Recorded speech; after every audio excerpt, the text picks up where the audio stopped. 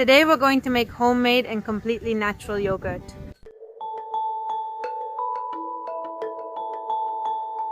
We hardly ever consume milk, mainly because the girls don't like it. Also because when we're going to have something like that, we prefer to eat or drink yogurt. But natural yogurt, yogurt made at home. Yogurt is much more digestible than milk because of its fermentation and because the lactic bacteria pre-digest the lactose. It's very beneficial. Natural yogurt is a source of probiotics that regenerates the intestinal flora. What we do is not consume it regularly. We consume it once every 15 days, once a month, because it's a dairy product and dairy products tend to irritate and cause inflammation. Now, it's very different to consume homemade natural yogurt, which you'll see how we make, compared to a mass-produced one. They're two completely opposite things. We're going to prepare the yogurt and cook some meat.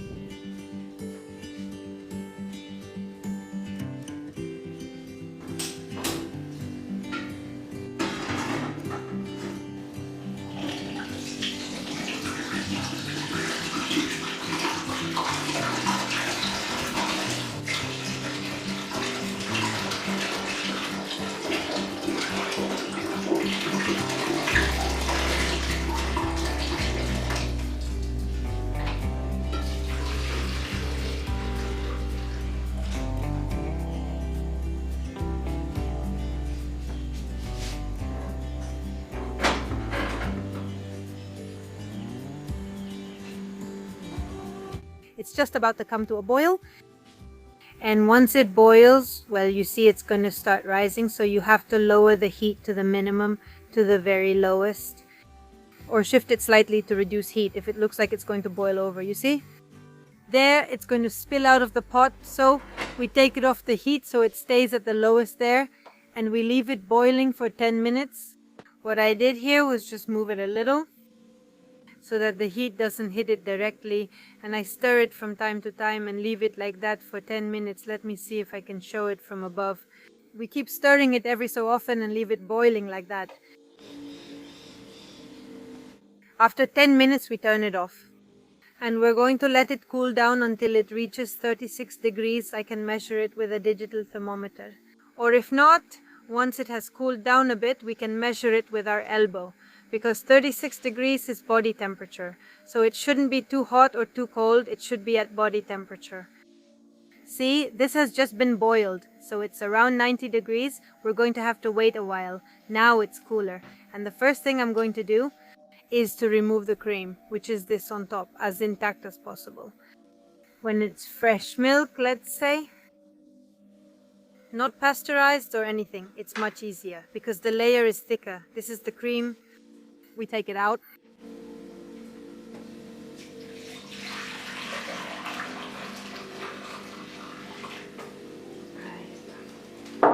Another thing you can also do is strain it, and that's it. I'm going to show you. It's simple with a large strainer, this kind of mesh. We add it to the milk. That was the easiest part. I didn't know I should have done it sooner. And that's where any remaining cream stayed. It's all there now. Now the milk doesn't have any cream left. And now we let it cool down. Well, that's when we measure it. It's at about 34, 35, which is also fine. Now we're going to remove all the cream just like we did before. First, I'm going to pour it here. I'll clean this one thoroughly.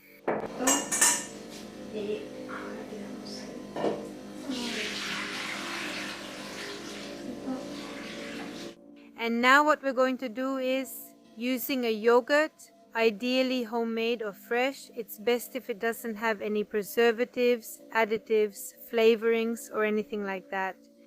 But if you don't have that option and you're making it with 2 liters of milk in a plastic bag, you can do it with firm yogurts, not with creamy ones, because those practically don't have any bacteria.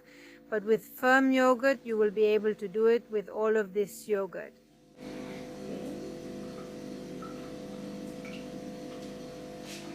And with gentle warmth, you can get it going.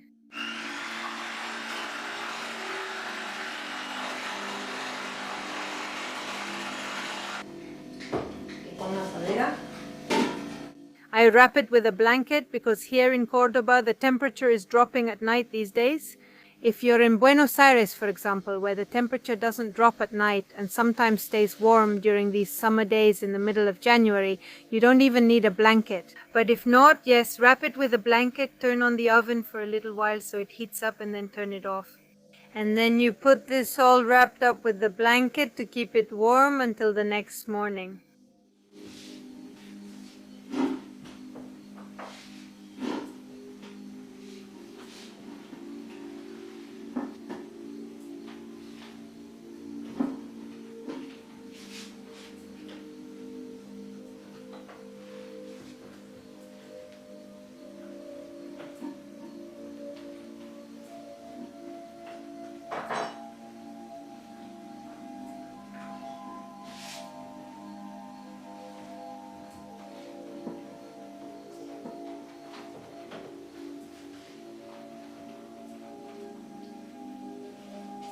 We turn off the oven and put it there with the warmth that the oven has.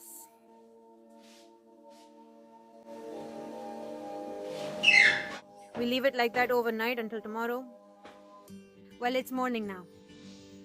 Let's practice the games.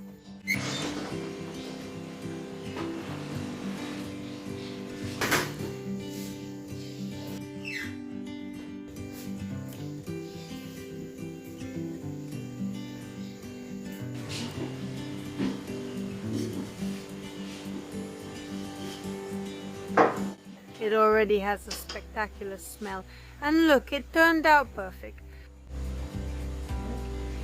Let's see, just stir it a little bit. If you want it thicker, either more yogurt or a little more time and more heat. If not, it will just keep getting thicker because the bacteria are still there. I'll chill it in the fridge while I prep the breakfast containers. And that way it cools down and it's tastier when it's cold. Nice and cold, it's plain. On the other hand, here I'm going to toast some oats, a little, and some almonds. Walnuts. And I added golden raisins. Here's that nut mixture.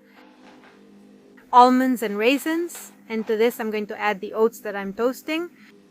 And I put this in yogurt in the morning with a little bit of honey. The honey goes in cold. We mix it and it's like a kind of granola.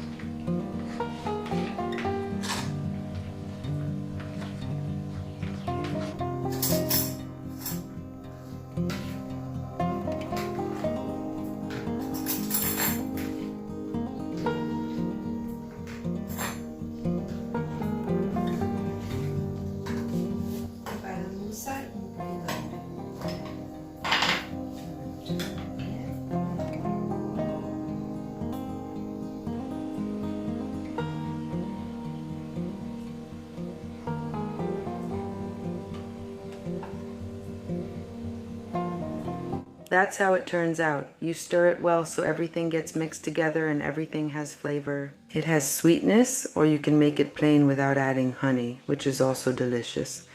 It's exquisite. Hi Nuna, breakfast is ready. And what do I do with the rest? I'll keep it in a bottle. So it's more practical in the fridge and not so big. And that's it, in just 1 or 2 days. How delicious. How delicious. In a few days it's ready, you can have it. It's yogurt. It's yogurt, it's yogurt. Now we're going to take it to share with everyone. I'm going to save this one. Let's take this. Will you come with me? Yes, are you going? Today is a beautiful day, so let's take it. Así. ¿Vamos? Sí. ¿Podemos ella?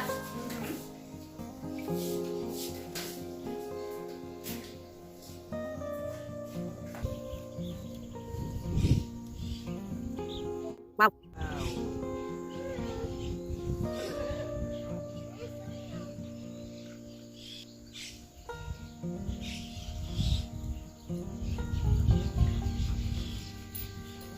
Thank you.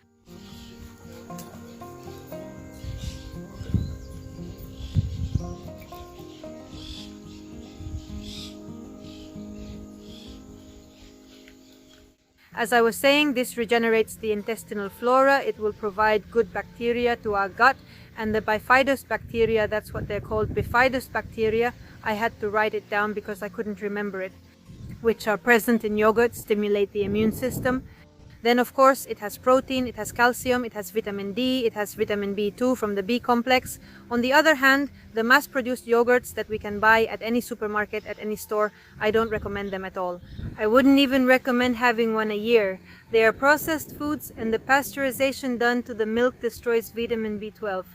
In this case, we are going to use fresh cow's milk, which has not been pasteurized, which doesn't have preservatives, which doesn't have additives. You get it directly from a producer. And in this case, we are also going to use yogurt without preservatives, without additives, without flavorings, without anything, without antibiotics, nothing at all. So therefore, what we're going to do is, just like in the old days, boil the milk. We're going to boil it for 10 minutes or a little more. And then we're going to use the yogurt with its bacteria to make homemade yogurt. If you can't find fresh milk and you can't get yogurt, it doesn't matter, because you can start making your yogurt by buying whatever milk you have on hand. If possible, it should be as fresh as possible. I mean, you can't use shelf-stable milk, so the fresher the milk, the better. I mean, sometimes they're so skimmed and so processed that in the end there's nothing left of the nutrients. So it's not even really milk anymore. So, well, if you can get milk like that, you can use, for example, firm yogurts, those yogurts that are thick, and make your first yogurt like that. So from there, you'll take some of your yogurt, the one you made, to make more homemade yogurt. And each time it's going to get better, let's say. But what I always recommend the most, and what I ask of you, is to look for local producers in your area, to ask around, ask questions. Don't be shy about asking until you find them. Here in Cordoba, we were asking around even before we arrived where we could find a producer, someone who sold milk directly from the cow. And that we could get a cheese made the old-fashioned way, without antibiotics, without preservatives, without... Well, you have to be careful about certain things, right? To avoid contaminating it with bacteria. It doesn't last nearly as long in the fridge. But it's real food, and it's something that won't harm us, that will give us nutrients, probiotics, like I mentioned earlier.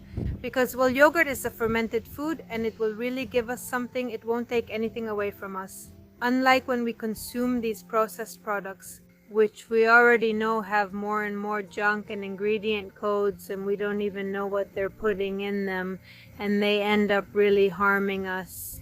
For example, I can consume this yogurt without any problem, but if I had a little cup of yogurt from the supermarket, I would feel terribly sick, and I can be sick for more than a week because it really hurts my intestines, and I'm very sensitive in that area, in my case, and this happens to me.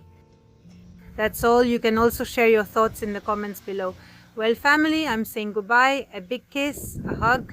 I hope you really enjoyed the video, and if it was helpful, if you liked it and want to support us, please give us a thumbs up. Share this video with others. And of course, we read all your comments about your experiences making yogurt. If you make this recipe, let us know what you think. We love it. We absolutely love it. We find it delicious. And as I was saying, we don't eat it every day. We treat it as a little treat, sometimes once a week, every 15 days, or sometimes once a month, because there are so many things to eat. There are lots of breakfast options, but this one is really good too. Let's look for and support local producers. Let's go back to eating real food, and let's take the necessary precautions. If you put the spoon in the jar and eat, you can't put that spoon back in again, because it gets full of bacteria and will get contaminated very quickly. It will get full of mold very quickly. So if you use a spoon, that spoon, for example, can be used for serving, but never put it in your mouth and then put it back in the jar. We have to take all those kinds of precautions when, for example, when we make our homemade jam and eat them, that's when we get very comfortable eating processed foods. With this idea that we can, for example, take the spoon we're eating with and stick it back in, and nothing happens, it's not going to get full of mold. But you have to think that if nothing happens, it's because there's something there that's killing the bacteria. And then if we eat it, it's not going to distinguish between the good bacteria and the bad bacteria in our body. It's an antibiotic that we also put into our bodies, and well, it's not something positive for our health, and it doesn't really provide much in terms of nutrition either. So, well, we have to keep researching, we have to keep learning how to eat, we have to relearn a lot and pay close attention. Also, because this new way of eating requires us to be much more attentive to our food, to what's happening to them, whether they're still good or have gone bad, that's all. You can also find us on Facebook and Instagram, where we share little things every day. And well, until next time, bye. Do you know I want your love? Your love was handmade for somebody like me. Come on now, follow my lead. I may be crazy, don't mind me. Say, boy, let's not talk too